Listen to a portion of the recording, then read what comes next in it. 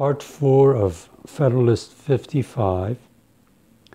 This is going to be the last paragraph of this paper.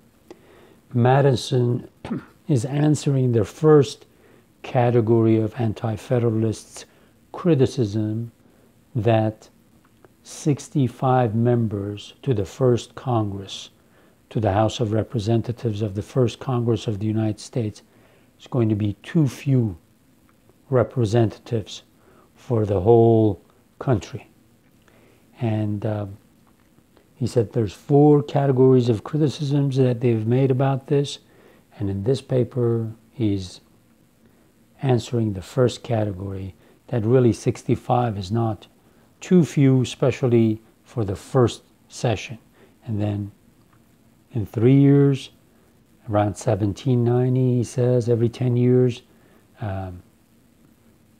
we're going to have a census, we're going to count the population of the country and adjust the number of representatives in the House of Representatives. And so some of your fears, some of the things that you're concerned about will be alleviated. I'll read the paragraph. In the danger apprehended from the other branches of the federal government. Is the danger apprehended from the other branches of the federal government?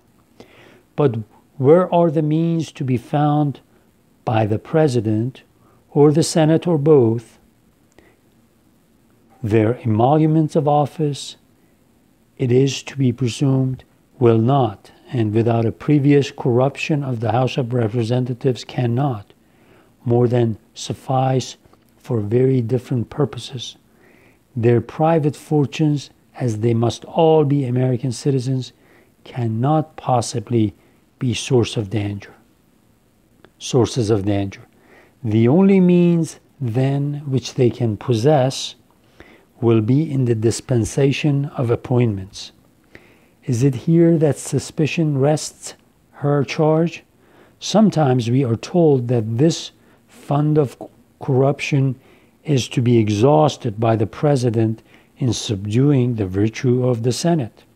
So they're coming up with excuses that somehow with money, these 65 people are going to be corrupted. First, he says, some people are saying that, well, the President is going to use so much of these funds to corrupt the senators. So these are, he says, all the people who are criticizing us at the same time coming up with these crazy ideas that it all, when you add it all up, it doesn't make sense. Now, he says, they say, the fidelity of the other house is to be the victim. The improbability of such a mercenary and perfidious combination of the several members of government standing on as different foundations as Republican principles will well admit, and at the same time accountable to the society over which they are placed, ought alone to quiet this apprehension. But fortunately, the Constitution has provided a still further safeguard. The members of the Congress are rendered ineligible to any civil offices that may be created, or of which the emoluments may be increased during the term of their election.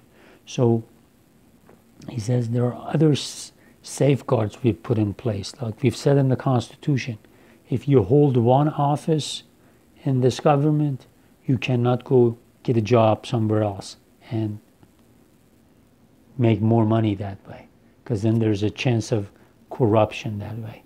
So we've tried to create a safeguard that way.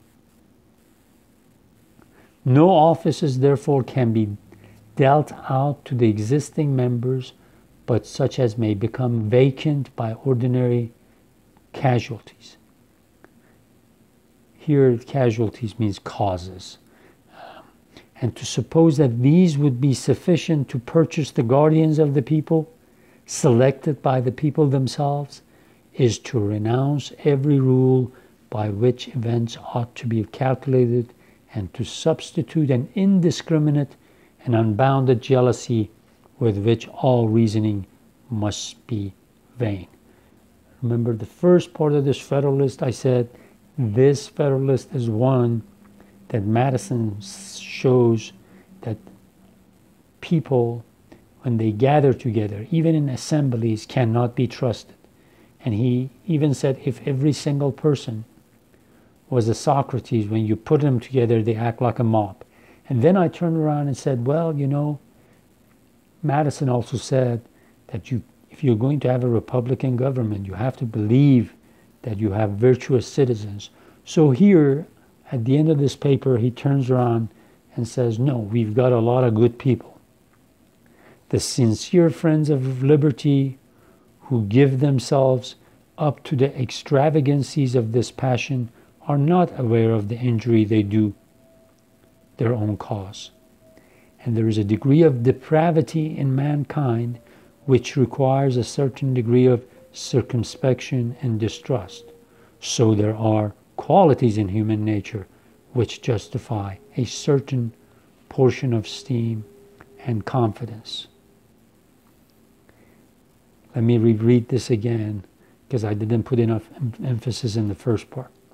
As there is a degree of depravity in mankind which requires a certain degree of circumspection and distrust, so there are other qualities in human nature which justify a certain portion of esteem and confidence. Republican government presupposes the existence of these qualities in a higher degree than any other form. So we are realistic. We know depravity is there, sinfulness is there in humankind. And I've probably mentioned before that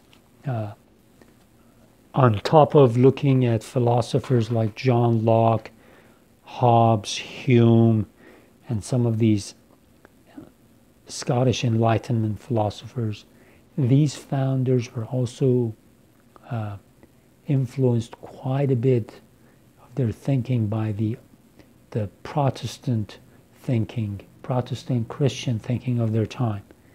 Also by the Puritan take on things, by Calvinistic look at things, that all men were born or were sinners. So their natural inclination looking at human nature was dark and negative. And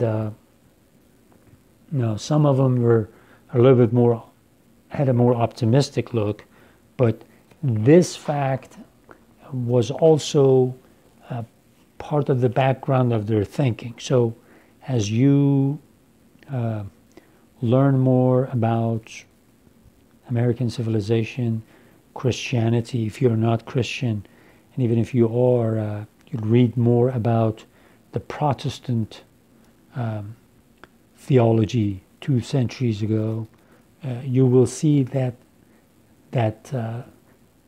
dark take of human beings and human nature, how it influenced some of these founders' thinking.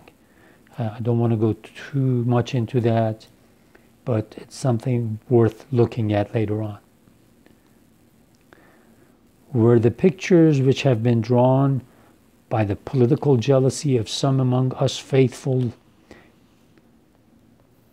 likenesses of the human character, the inference would be that there is not sufficient virtue among men for self-government, and that nothing less than chains of despotism can restrain them from destroying and devouring one another.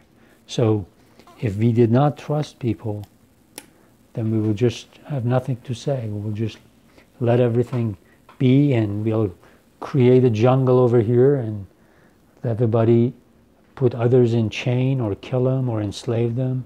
He says, no, we have to be realistic that when you give power even to good people, there's a good chance of corruption and tyranny. But at the same time, we have enough faith in human beings to suggest a Republican form of government, because a Republican form of government requires people to be ethical or virtuous people. If not all, most of the people. Plenty virtuous to be able to do this.